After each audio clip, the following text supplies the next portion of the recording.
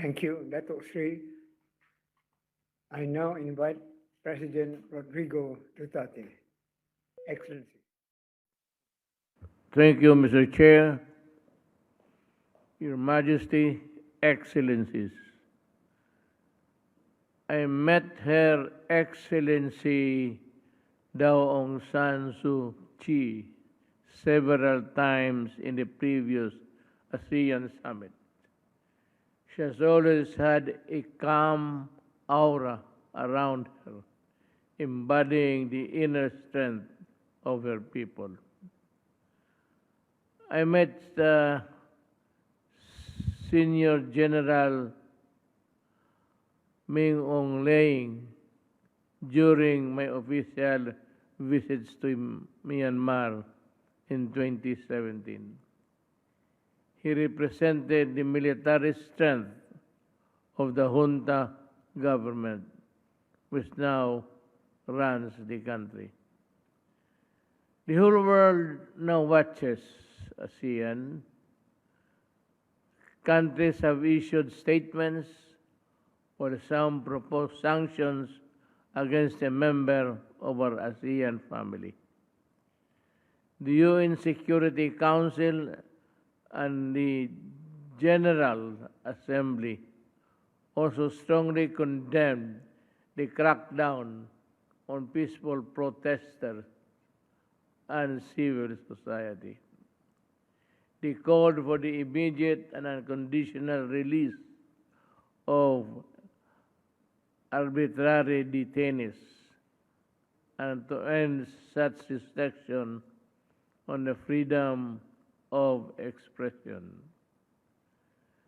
The lack of progress in Myanmar has put ASEAN's credibility into question. How we respond collectively will either affirm ASEAN's relevance or reveal our impotence. It is up to us to prove that ASEAN is not just talk shop. I am deeply concerned that the ongoing situation in Myanmar may further exacerbate the effects of the pandemic. While focusing on the comprehensive recovery efforts, we must stand with Myanmar in resolving the issues peacefully and in a manner that prioritizes the welfare of the people. The Philippines urges all parties in Myanmar to engage in constructive dialogue with ASEAN. We are, after all, an ASEAN family. And if one cannot trust each other and trust together, then who can Myanmar trust and work with? We stress that ASEAN Special Envoy must be able to visit Myanmar soon and meet all the parties involved. We need to listen to all sides so that we can effectively assist Myanmar in pursuing enduring peace and stability. As we have shown in the past, a consultative approach of Myanmar allows for inroads to be made in democratization. We call on all parties to ensure the continued provision of human assistance to all, regardless of gender, age, and political color. The Philippines will do its part to help those who are caught in a situation beyond their control. Our doors are open to our Rohingya brothers and sisters and other people of Myanmar who seek refuge. Your Majesty, and Excellencies, I am concerned that Myanmar's rejection of our sincere effort of assistance may undermine the trust and confidence we have in each other, as well as that of key and external partners and international organizations. The respect accorded to us by the community of nations and the nod to ASEAN centrality are given because we prove ourselves to be a responsible community. Just in August this year, we formally welcomed the United Kingdom to the ASEAN family as our new dialogue partner.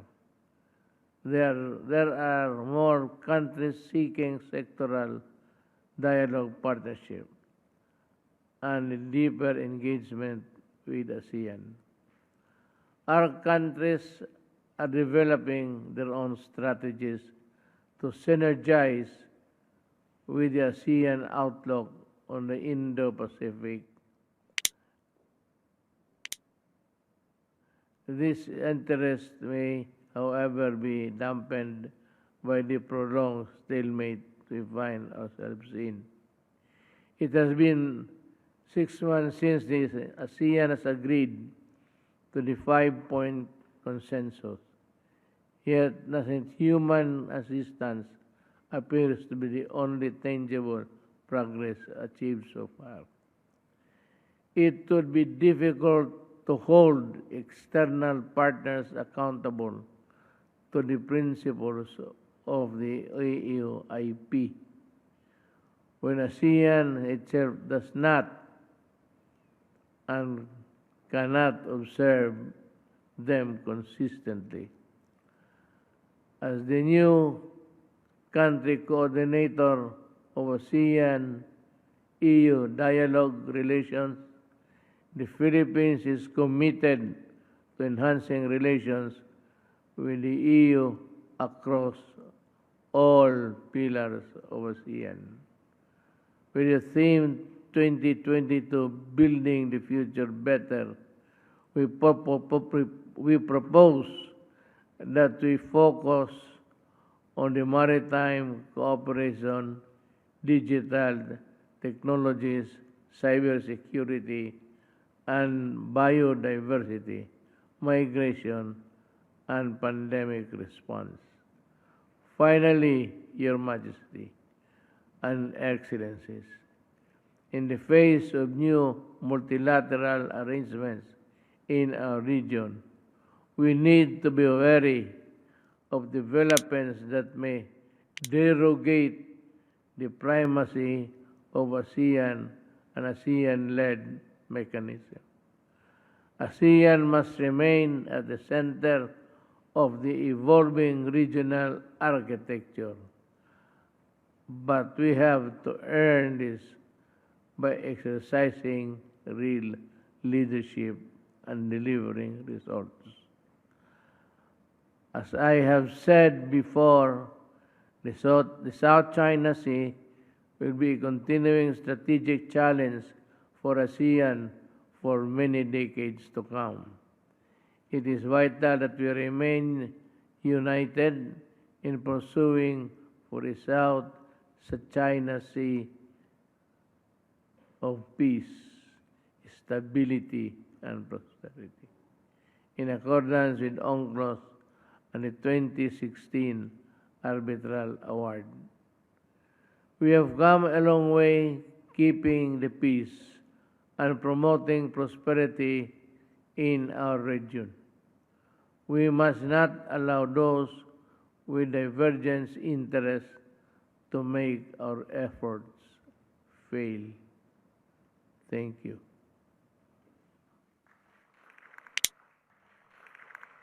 Thank you, President Duterte.